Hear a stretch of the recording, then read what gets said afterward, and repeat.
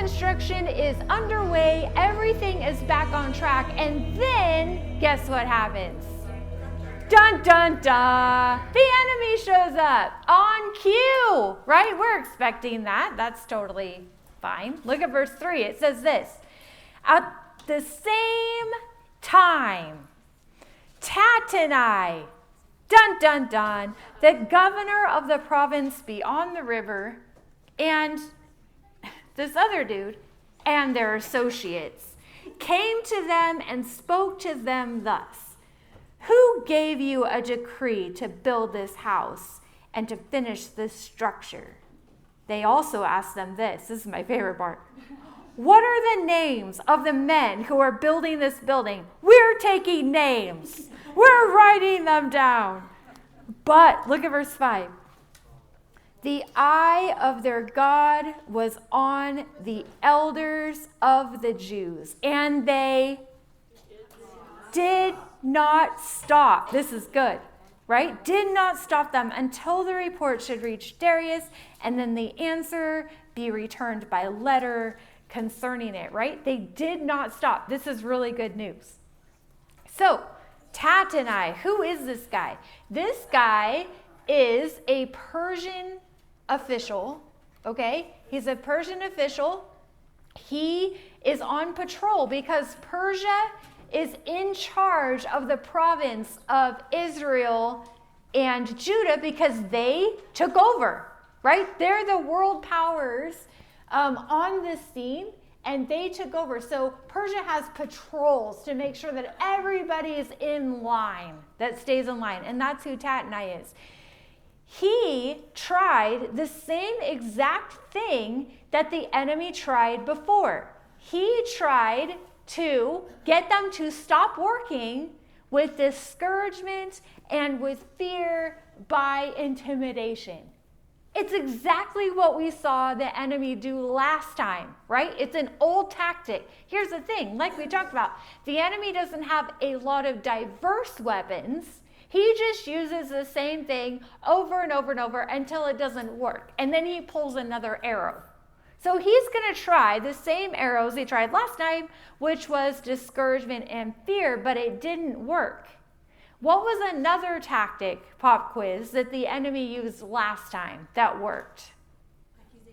Accusation, right? Actually, a letter of accusation. Wrote a letter and sent it to Persia, right? Well, guess what this guy does? He writes a letter, he sends it to Persia. It's like exactly the same. It worked last time, right? So let's look at the letter. It says, verse 6, this is a copy of the letter of Tattenai, the governor, the province beyond the river, and the other guy, and his associates, right? And they sent this letter to Darius, who's the current king on the throne. They sent him a report. Now check this out. And which was written as follows. To Darius the king, all peace. Be it known to the king that we went to the province of Judah, to the house of the great God. It is being built with huge stones, and timber is laid in the walls. Check this out, though. This work goes on diligently and prospers in their hands. Hey, that's good news, right? Then we asked and spoke to the elders like this. Who gave you a decree to build this house and to finish its structure? We also asked them for their names for your information, that we might write down the names of their leaders. We literally did have a notebook with people's names, and we recorded them for you. You're welcome. They actually put that in this letter. I think that's funny. And this was their reply to us. Now, check this out. This is really important. This gives us commentary that Ezra actually doesn't give us, but we've got it in the letter. What was the remnant's response when Tattenai came with his associates, which sounds just like the mobsters, right? Tattenai and his associates in his bully notebook. They come to the temple site, right? It doesn't actually tell us what the remnant said other than they just didn't stop working. But the letter tells us what the remnant said. And this is really cool. Check this out. They said to us, that is, the remnant said to us, we are servants of the God of heaven and earth. And we are rebuilding the house that was built many years ago, which a great king of Israel built and finished. But because our fathers had angered the God of heaven, he gave them into the hand of Nebuchadnezzar, king of Babylon, the Chaldean, who destroyed this house and carried away the people to Babylonia. However, in the first year of Cyrus, king of Babylon, Cyrus the king made a decree that this house of God should be rebuilt. And the gold and silver vessels of the house of God, which Nebuchadnezzar had taken out of the temple that was in Jerusalem and be brought into the temple of Babylon, these Cyrus the king took out of the temple of Babylon, and they were delivered to one whose name was Sheshbazzar, which, remember, pause, parentheses, is probably the Babylonian name of Zerubbabel, right? We talked about that, which makes sense with what it says that he did, right? Delivered into the one whose name is Sheshbazzar, whom he had made, who's the governor? Zerubbabel, right? Then this Sheshbazzar, or Zerubbabel, came and laid the foundations of the house of God that is in Jerusalem. And from that time on until now, it has been in building with a 16-year delay. And it is being finished. But you see how this is probably Zerubbabel, because that's exactly what he's doing. He's the governor who's the foreman on the temple construction site. So this is most likely him. What's really cool about this part of the letter is, what is the remnant telling the enemy? There's a record of this. There's a record of this. There's record of this, but what else? We're not stopping. We're not stopping. What else? Look at the very first part of their narrative. What are they giving to the enemy? It's a T word. Testimony. Their testimony. Right? Hey, we messed up. It's our sin that took this house down, this great house that a king of Israel had built. Because we rebelled against our God, it went down. But because of his grace and his mercy, it's going back up. And the Lord showed us favor with Cyrus. What is this? This is a testimony. Hey, I once was lost. Now I'm found. It's the testimony. How do we overcome our enemy? By the blood of the Lamb and the word of our testimony. We talked about that last time. What could they have done? What should they have done? They should have overcome him by the blood of the Lamb, the word of their testimony. Now that they've pivoted, they've repented. All that work with Haggai and Zechariah, all those messages that were given, pivoted them, and now they're back building the temple. And now they can see what's going on, and they can give a testimony. And to the enemy, they give their testimony. Hey, you might not think that we're supposed to be doing this, but let me tell you what happened. Let me tell you what we did. Let me tell you what the Lord did. Let me give you my testimony. And this testimony becomes written in this letter. It will be in the archives of the Persians, which is really cool. It's a testimony. So they're quoting the remnant all the way to verse 16, and now it's back to Tatnai. Tatnai says, therefore, if it seems good to the king, let search be made in the royal archives there in Babylon to see whether a decree was issued by Cyrus the king for the rebuilding of the house of God in Jerusalem, and let the king send us his pleasure in this manner. Sincerely, Tatnai and the mobsters. Right? That's the letter. So that's what happened. Now, this letter is then sent ahead, and where is it being sent? To Darius in Babylon, which is now Persia, right? Persia owns Babylon. So kind of the same thing, right? They send this letter, and look at verse 1. It says, then Darius, the king, he made a decree. He gets this letter, he makes a decree, he snaps into action to do what? Search the records. There was a search made in Babylonia, this province of Babylonia, in the house of the archives where the documents were stored. So Darius does what the enemy said to do, which was, let's go check it out. So he goes and searches the archive library that's in Ecbatana. Ecbatana. This is really cool. Ecbatana is an ancient city. It's a fortified city outside of the capital of Babylon. Persian kings summered here because of the cooler climate, and it was lush. It had water, right? So it was cooler from the summer heat, and that is where they would go, is Ecbatana. Also, the old archives was here in Ecbatana, in a citadel that was there. So whenever they would go check out the records, they would go to the library that's in Ecbatana. Now, Ecbatana is modern-day Hamadan, Iraq, which Babylon is also in Iraq, obviously. And this is the mausoleum that was constructed over where the Jews know that Mordecai and Esther are buried. This is one of the we know for sure's. There aren't very many, but Persians kept good records. Esther's a queen, right?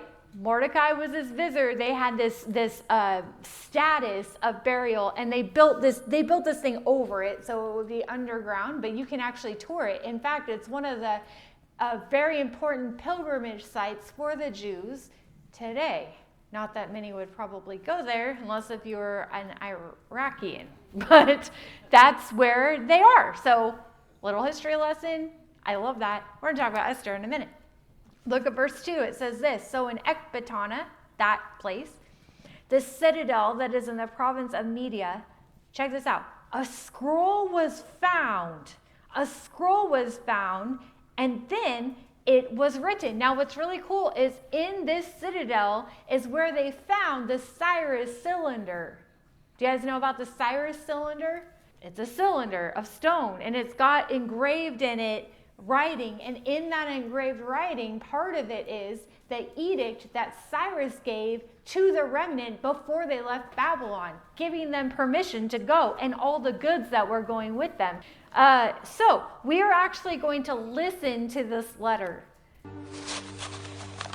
In the first year of King Cyrus issued a decree concerning the house of God at Jerusalem. Let the house be rebuilt, the place where they offered sacrifices, and let the foundations of it be firmly laid. Its height 60 cubits, and its width 60 cubits, with 3 rows of heavy stones and 1 row of new timber. Let the expenses be paid from the king's treasury.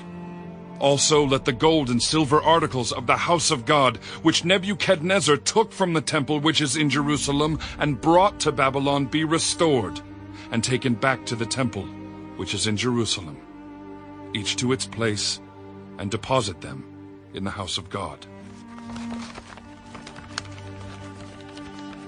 Now therefore, Tatnai, governor of the region beyond the river, and Shethar-Boznai, and your companions the Persians, who are beyond the river, keep yourselves far from there. Let the work of this house of God alone. Let the governor of the Jews and the elders of the Jews build this house of God on its site. Moreover, I issue a decree as to what you shall do for the elders of these Jews, for the building of this house of God. Let the cost be paid at the king's expense from taxes on the region beyond the river. This is to be given immediately to these men, so that they are not hindered. And whatever they need, young bulls, rams, and lambs for the burnt offerings of the God of heaven, wheat, salt, wine, and oil, according to the request of the priests who are in Jerusalem. Let it be given them day by day without fail, that they may offer sacrifices of sweet aroma to the God of heaven, and pray for the life of the king and his sons. Also, I issue a decree that whoever alters this edict, let a timber be pulled from his house and erected, and let him be hanged on it. And let his house be made a refuse heap because of this. And may the God who causes his name to dwell there destroy any king or people who put their hand to alter it, or to destroy this house of God, which is in Jerusalem. I, Darius, issue a decree. Let it be done diligently. Don't you love the Bible? Come on! That is what you call a backfired plan. Did you guys catch all that? So they make a search of the records. They find the Cyrus cylinder. They find exactly what Cyrus said was okay. And then Darius is like, and also you're on the hook for all the expenses. You're going to pay it out of your revenue. Okay? And also I would like daily deliver to them everything that they need. And if you don't do it, that's a backfired plan. So the work could continue, and Tattenai had to pay for it. This is the best turn of events. Here's the thing, the remnant this time, under the same fire, under the same tactics, as soon as they started building the house, exactly the same timing. Remember? They started building the house, the enemy came, discouragement, fear, accusation, condemnation, and they dropped their hammer. This time, now they've pivoted, they've repented, and they're bolstered up by what Haggai and Zechariah had said, and the temple restarts. And guess what the enemy does? He comes with discouragement and fear and accusation and condemnation. But the remnant said, no, we're not doing this again. That is what they learned, right? Discipline makes disciples. They learned it. It's like a deja vu. But they learned something, and this time, under the same threat, maybe even scarier, because the mobsters are there. They didn't have mobsters the first time. And a bully notebook. That was new. Like it kind of upgraded, you know? They're like, forget it. We're going to do what the Lord told us to do. And look what the Lord did. He covered them. Right? He covered them.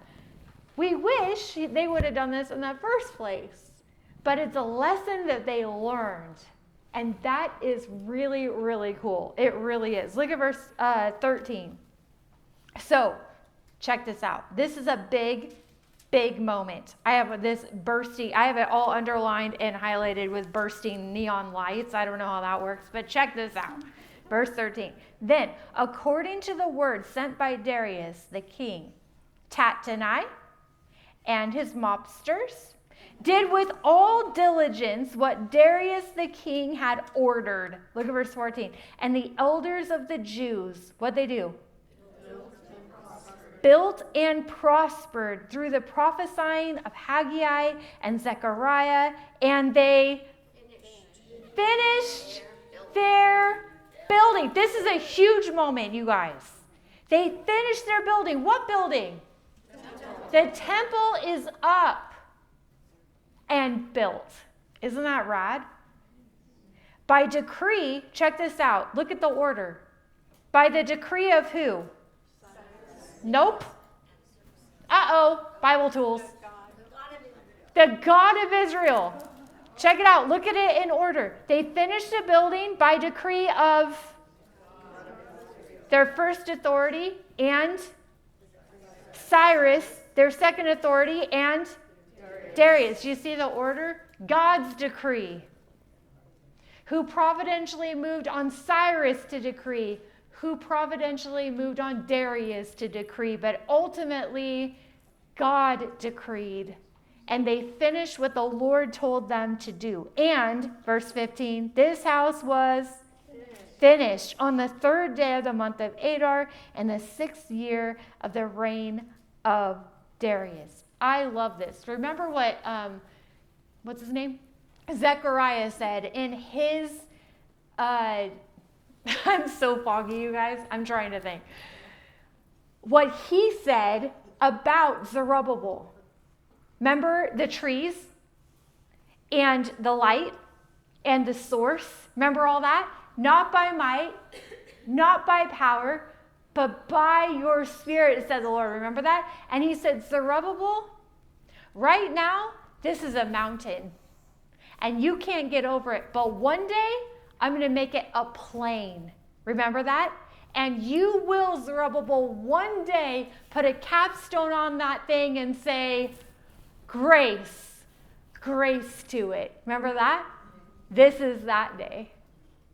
Don't despise the day of small things, Zerubbabel. Just keep doing it, and one day it will be done. And this is the day. The temple is up, and that's awesome. So Zerubbabel put a capstone on the temple, and what else happened? Look at verse 16. So the people of Israel and the priests and the Levites and the rest of the returned exiles, what they do? Celebrated the dedication of this house of God with joy. And they offered at the dedication of this house of God all these things according to the number of the tribes. So they now, with the house finished, can go back to the full orb of the sacrificial system and all those processes, right? And they set the priests in their divisions and the Levites in their divisions, because now they have posts they can actually stand out because that room is done, right? So everybody goes to work for the service of God at Jerusalem, as it is written in the book of Moses. So not only did Zerubbabel, the foreman, put a capstone on the temple, but Joshua, who had been acquitted and recommissioned to service, is now able to fully function as the high priest in a fully functioning temple. Isn't that rad? That is faithfulness of the Lord. Right? Because when we are faithless, he is faithful still. That's true. Good thing. Uh-oh. Yeah. So look at verse 22. It says they kept the feast. So verse 19 through 20, what'd they do? You tell me. Passover. That's huge, right? The temple is up. Sacrificial system is going. And the first thing they do is implement Passover, atonement, the cross. And then what? Verse 22. The Feast of Unleavened Bread, right? They're all kind of in the same time. And with joy, for the Lord had made them joyful and had turned the heart of the king of Assyria to them, so that he aided them in the work of the house of God, the God of Israel. This is awesome. Now, this brings us to an intermission, a gap of time that's really hard to tell in your Bible, because your Bible looks something like this. So there's chapter 6, there's chapter 7, and nobody says anything about a gap other than a couple entered lines to start the next chapter. But there is a gap. How long? 60 years. In this 60-year gap, chronologically, you can drop the entire book of Esther. Esther's story happened at the tail end of this 60-year gap. Okay? So mentally, you got to think about that. Persia, remnant, temple, Esther, all that is going on in the same time. So as we see in our text, there's this growing tension between Persia and Israel. That King Darius was on board, but the patrols and the Persians, there's this animosity that's heating up against the Jews. That's always been there. But this letter that was written to Darius raised suspicions in Persia, because the letter said they're insurrectionists. They brought the house down. Remember that? Actually, the first enemy said the same thing. And it kind of flew a flag on the field to have Persia wake up and pay a little bit more attention to what's going on in Jerusalem. And now their temple is up. Uh-oh. So these tensions are rising. Jerusalem was troublesome, the narrative says, this letter claimed. And the ones that are boots on the ground with Israel are saying to Persia, you've got trouble, you've got trouble, you've got trouble on your hands. And this was some of the fuel that Haman used to get his approval for the Jewish genocide. He used some of these tensions to kind of undergird to get his approval. Now, he was a Hitler. There's been many of them. The spirit of Antichrist against the Jews has been rising up since the Jews have been a people group. Haman is one of them. But some of these underlying tensions had the king kind of tweak his thinking a little bit to hand Haman destruction. So turn to Esther. It's 2 books over. So it's Ezra, Nehemiah, Esther. It's like a couple pages over. Turn to Esther. We're just going to look at a few things. Are you guys familiar with Esther's story? Yeah? Okay, good. Esther's story cannot really, as it turns out, be set aside or detached from the rest of the Bible. Who knew? It turns out that Esther isn't just a cute story that sits all by itself, although it sounds like that, but it's not. Because what was happening in Susa, the Persian capital, very much has everything to do with our remnant, doesn't it? If you guys know the story. So Esther, here's what's really cool. Mordecai and his family, Esther's family, was one of the families that chose to remain in Babylonia. Remember, the remnant, only 2% left to go home. But Esther's family stayed behind, as 98% of them did. Otherwise, they would be in Jerusalem. You know what I'm saying? That's easy math. If Mordecai and Esther's family was part of the remnant, they would be in Jerusalem, not in Persia. You guys got that? Easy math. No core math about that. That's easy. So they're part of the 98% that chose to stay behind in what is now Persia, Babylonia. It's kind of all intermingled, right? Obviously, it was the Lord's providence that this particular family stayed behind, right? What would have happened if Esther and Mordecai lived in Jerusalem instead, right? So that's what's really cool. Esther, as you may know, is a book that doesn't mention God by name. Did you guys know that? That's a trivia. Weird, right? A Bible book that doesn't mention God? Yeah, but if you read it, it is more obvious than Daniel's handwriting on the wall in providence and sovereignty, right? Obviously, the Lord is all over this story. So Esther, out of all the maidens in the kingdom, kind of like Cinderella, won the beauty contest, which is not glamorous, okay? It's not good. It's horrible. What they did to these girls is horrible, but she won. Why did she win? God's providence, right? God's providence had her be placed in a position of queen. And Mordecai told her, don't tell anyone who your family is. So Mordecai tells Esther, don't tell him that you're a Jew. All this plays into all this other political stuff that was going on with the remnant. Now, look at chapter 3, verse 13. It says this. Haman, then, this antichrist genocide figure of the Old Testament, who's out to do what?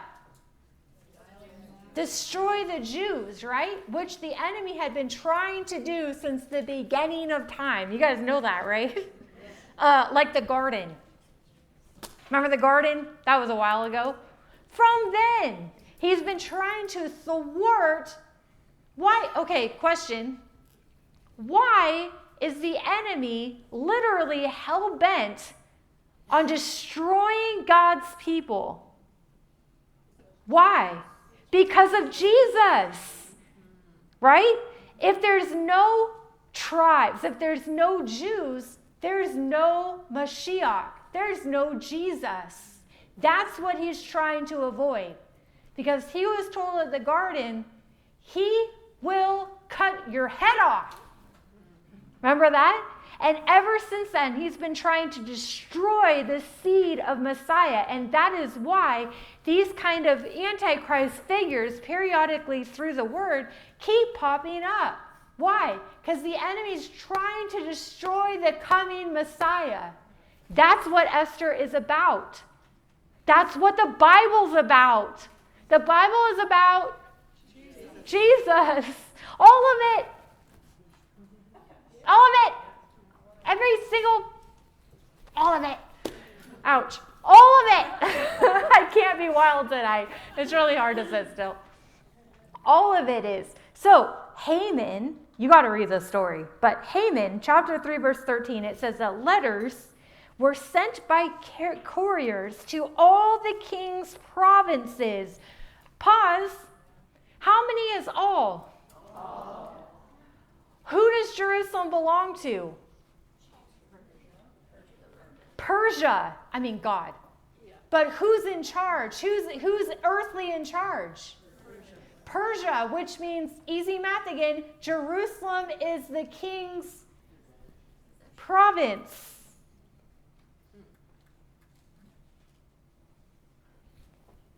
Right? So check this out. It's part of the deal. With instructions to do what? Destroy and to kill and to annihilate, because we're not getting it. So it just keeps getting worse. Destroy. Oh, you don't get it yet? Kill. Oh, just one more time. Annihilate the Jews. You see this? Young and old, women and children in one day. That's called genocide. Every Jew that's breathing, kill them all. From 9 minutes old to 99 years old. Everybody goes down. That was the written law, you guys. Haman got his way, and the letters were sent out, right? So Mordecai, she goes to Esther, who's queen. He doesn't personally go, he gets her a messenger who's sending this message to Esther, and they're talking through a messenger back and forth. Why? Because the king can't know that Esther belongs to Mordecai. And nobody can know that Mordecai belongs to Esther, and nobody can know anything about this. Right? So check this out. So Mordecai, he sends a copy of this written decree, chapter 4, verse 8, to Susa, who's the capital, for their destruction. Just in case Esther doesn't know anything about this, which it turns out she didn't. So Mordecai gives her a copy of this kill, destroy, annihilate on this day poster. Gives her a copy that he might show it to Esther and explain it to her and command her to do what? Go to the king to beg his favor and plead with him on behalf of her people. Esther, you have to go to the king. You have to go. Now, you guys know, how easy was that? What happens if you dare to enter the king's presence without his permission? What does he do? He kills you. Nice guy. Like, hey, king, what's up? Can't do that. Esther knows that, right? So, Hatchery, I don't know what his name is, verse 9, he's the messenger, told Esther what Mordecai had said. Then Esther spoke to Hatshepsut and commanded him to go to Mordecai and say, so this is Esther's note back, all the king's servants and the people of the king's province know that any man or woman who goes to the king inside the inner court without being called, there's only one law: death, except the one to whom the king holds out the golden scepter, that he may live. But as for me, he hasn't called for me in a month. What's Esther saying? I think you forgot who I'm married to. I can't just go in there and talk to him, and he hasn't even called for me in 30 days. He doesn't want to see me. So Haman writes a letter back through Hatshepsut, and this is what Mordecai says. Check this out, verse 12. Check this out. Mordecai, as they told Mordecai what Esther said, Mordecai interrupts basically and says, listen, Esther, do not think to yourself that in the king's palace you will escape any more than any other Jews. For if you keep silent at this time, relief and deliverance will rise for the Jews from another place. Why? This is faith. Why did Mordecai say that? It's God's people. Listen, God's going to figure this out.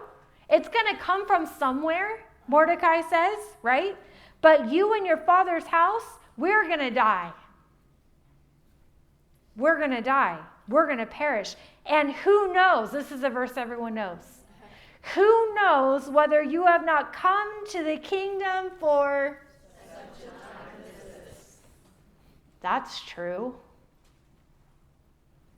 Who knows that the Lord didn't just show his providential and sovereign hand for such a time as this? Maybe it wasn't about a beauty contest after all, he says, right?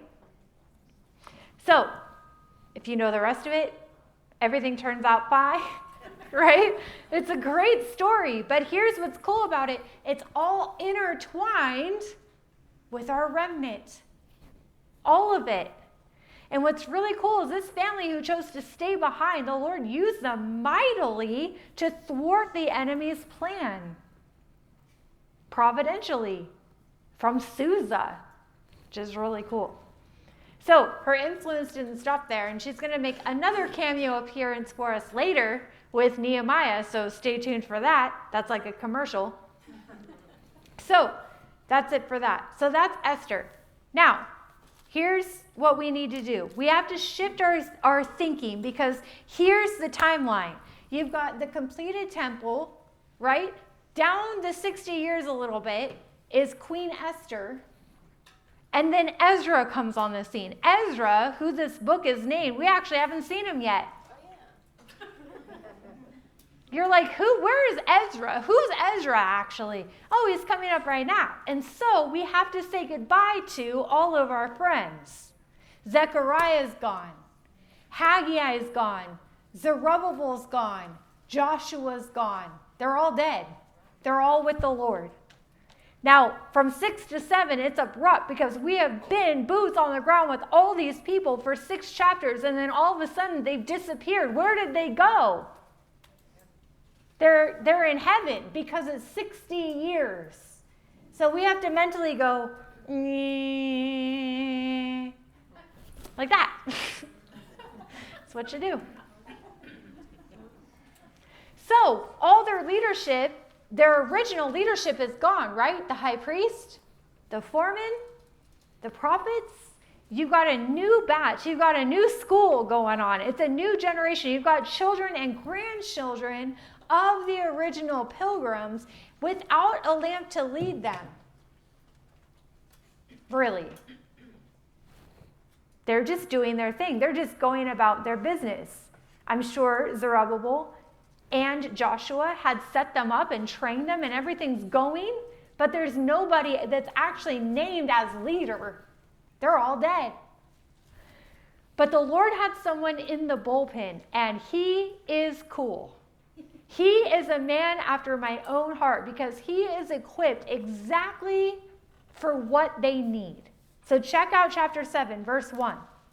Now, after this, in the reign of Artaxerxes, king of Persia, Ezra, who has all these credentials, this Ezra went up from where? His family was also in Babylon, right? He's coming now. He's the second wave of pilgrims that come back. But he's been in Babylonia this whole time. He is a what? Skilled scribe. I love this. In the law of Moses that the Lord, the God of Israel, had given, and the king granted him all that he asked, for the hand of the Lord was on him. Okay? Ezra. Now, in his pedigree, who do you guys recognize? Aaron. That's a big one, right? Who was Aaron? Moses' brother and the first high priest, right? He was there when the whole law was written. He found out what his job is in lifetime.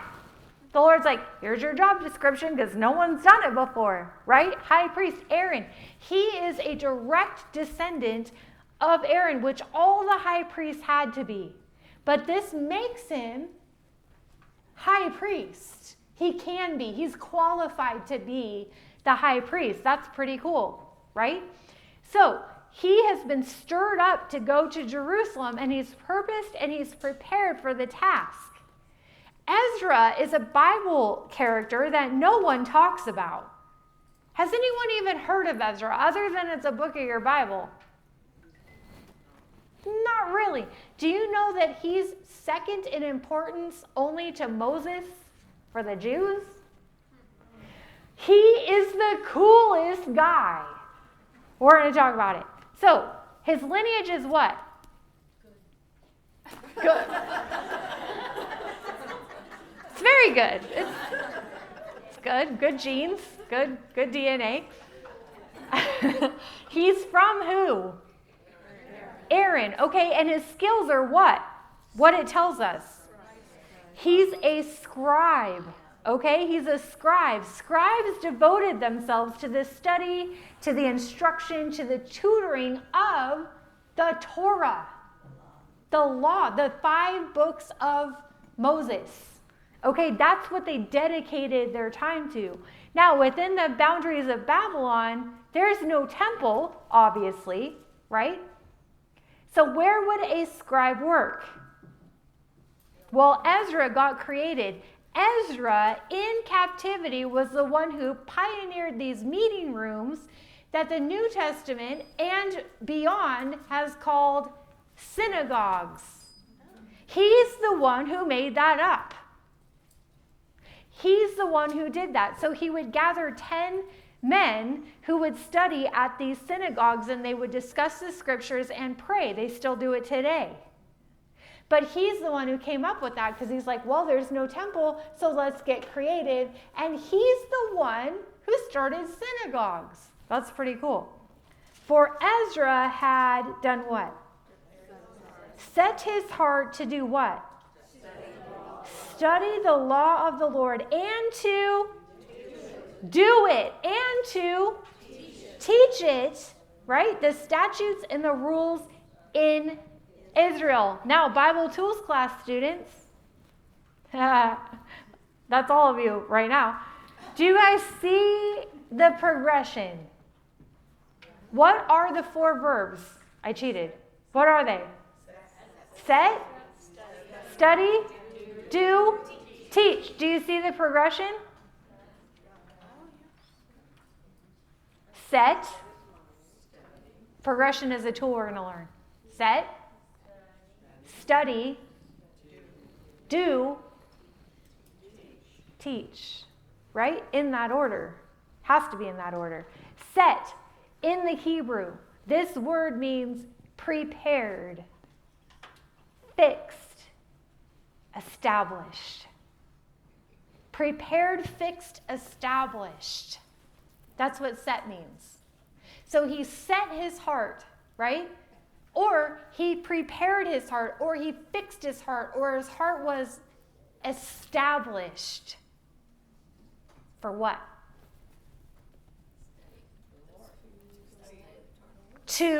I'm not letting you get away with it. What's it say? To study. He prepared, he's fixed, he's established, just willy-nilly, or to do what? To study. Study means to inquire carefully and investigate. Be a detective, which I love. Being a detective of the word is so much fun.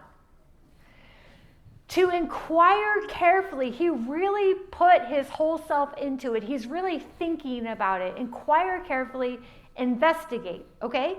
So he set his heart to study the law of the Lord and to do, accomplish, make, produce, do. It is what it sounds like. Accomplish, right? To do it. Do what? Know the law, right? And to do it. So he set his heart to study the law and do what it says. That's a novel idea, right? Which means it's not just for head knowledge, even though he's scholarly and very smart. It wasn't just for knowledge's sake. It's that he would put it into practice. He would do it, and then what? Teach, which means to train up. To train up, to disciple. In what? The word, the law. It's one verse, but it's got a lot of stuff in it, right? So he has prepared his heart. That's important. I hope we prepare our heart before we just try to dive into the word. I mean, it's fine. It is. Like anytime you read the word, but if you're really going to dig into it like Ezra is, to have a prepared heart, to try to set your mind on what you're doing. Worship is a great way to do that. It clears the cobwebs of earth and sets your affections on high. I love, you know that worship isn't a warm-up to church. It's not like a warm-up exercise. You guys know that, right? It's not like, oh, we do some songs and then we actually do church. No. Emma, it's not a warm-up. Worship? No. What is it? It's to prepare your heart to receive the word, to shake off earth, right? And you come into the sanctuary and you lift your gaze up and your affections up on the Lord. You refocus on the Lord so that when the word goes out, you can actually hear something. You're not thinking about what happened this morning and my grocery list. And I mean, it's hard enough to shake those things out, right? I mean, I'm so guilty of this, you guys. I'm like, no, focus. But worship really helps do that. It really does. It's not a warm-up. I love worship. You guys, it's not a warm-up. I love the word. You should do both. It's awesome. Worship, okay, prepared his heart. Prepared his heart to do what? What? No. Prepared his heart to, Bible students? Study the word, right? To inquire carefully. To approach the word with care, right? To investigate. What does that mean? Lord, you have an intent of this message. What is it? Not what do I want to get out of this? What is this about me? Me. No, the Bible's not about you. That's a freebie. It's not about you. It's not. If you read the Bible like, okay, let's see what this is about for me today, you're already wrong. And many believers, I say this with a sincere heart, many believers pick up the Bible and be like, well, what you got for me today? What you got for me today? What are you going, how can you serve me through the word today? Oh, it's dry. I put it down. I don't see anything about me. That's because it's not about you. Who's it about? Jesus. If you approach the word that it's about you, you've already lost the game. The word is about the Lord.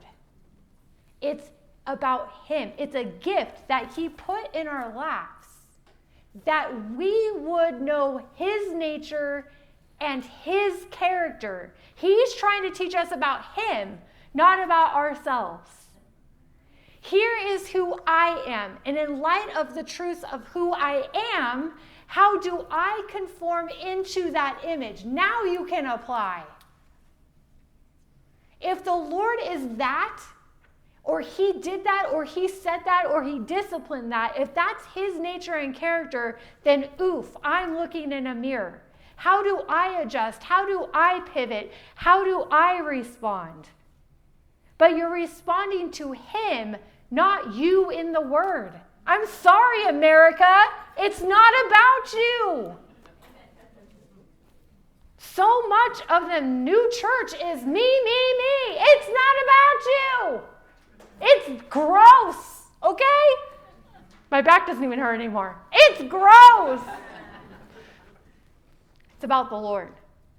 And once you've discovered, you've dug in like Ezra, his nature and his character, now you're like, okay, now I see where I need to pivot, where I need to change, where I need to conform into your image. I can see some encouragement, some exhortation, some things that I can do. Now you take it as application and you go do it. That's the next thing, right? You go do it, not just to know for knowledge's sake, but that we would take it to the streets and do it. You accomplish the word that you heard. Lord, if that's true about you, that's how you've set it up, that's what you want me to do. I know how I'm pivoting. I'm going to go do it now. I'm going to go do it. You appropriate it, right? You use it. You do it. You don't just listen to the word, James says. You better do what it says or you've deceived yourself. You think you've done something good for yourself.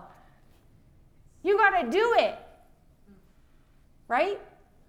So Ezra was a guy that did it. And once you've learned the word and you've pivoted and you've applied the word and you're really someone who's really trying to walk it out in real life, now you can teach others to do the same.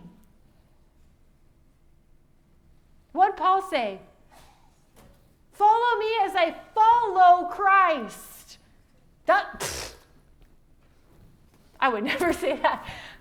Don't do that. Don't follow me as I follow Christ. We will go whoop over there. But Paul, he was confident. Why? Because he was appropriating the word. He was doing it. And he's like, listen, follow me. What he was doing was making disciples as he was following Christ. People were following after him, and not him, but the God he was following. Do it. And then Ezra's like, and once you're doing that, spread the love. Teach others to do it. And that is so cool. This is Ezra's heart posture. Even though he was a scribe, he was a smart guy. He, as a scribe, would memorize the Torah, you guys. What is that? What does that even mean? How do you do that? This guy loved the word and he was very knowledgeable. But he did it and taught it. It was this flow through, and that's very cool. Right? So this heart posture towards the word is something I inspire towards every day. Lord, I want my heart to be prepared. I want to actually take the word seriously. And then once you teach me something, I better do something with it and pass it on. That's discipleship in its truest form, you guys. Do what Ezra did. Ezra loved the word. Here's some fun facts. He wrote 1st and 2nd Chronicles. Chronicles was written after the time. So he was writing backwards and wrote 1st and 2nd Chronicles. And if you know the difference between Kings and Chronicles, Kings is the real boots on the ground, nitty gritty. Everybody's sin is out there. It's Kings, they weren't good. Chronicles is the same story, but more heaven's perspective on what was going on, getting more to the heart of the issue. And Ezra was the pen the Lord used to pen that. Through Ezra. He was a cool guy. He wrote Ezra. You will see Ezra turn to first person here in a minute, because he actually wrote the first half and then was journaling the rest. Just cool. Which he has 60 years of gap, right? So he got all the story. The Lord had inspired him. He wrote it, and then he picked it up as a personal journal the rest of the way. So it switches to first person. Okay? And possibly Psalm 119. No one actually knows who wrote Psalm 119, but most smart people that come up with this stuff believe that Ezra was the one who wrote it. Let's turn there really quick, and this will finish us out. Psalm 119. We're just going to sweep through a couple of verses. Psalm 119 is about what? The whole thing. Jesus? Yes, it's about Jesus. And secondary, the subscript it's about the law, the word, right? The law, the word. Everything is about the word. What's really cool about Psalm 119 is it's something that the students would memorize. It's written in the Hebrew alphabet. So the stanzas, like for us, would be A, B, C, D, all the way through, and they would memorize it. So it's kind of studious. It's kind of like a classroom about the word. So look at verse 9. How can a young man keep his way pure? How can a young man keep his way pure?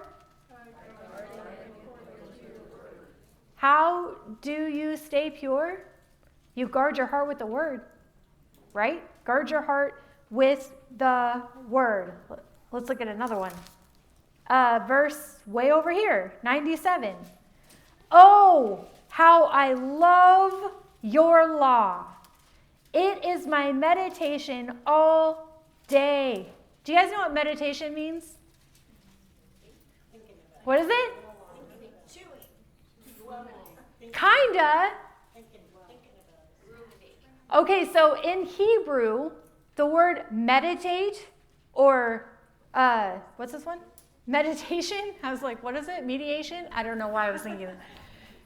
Meditate. Meditation, I don't know why that's so hard, means to mutter under your breath.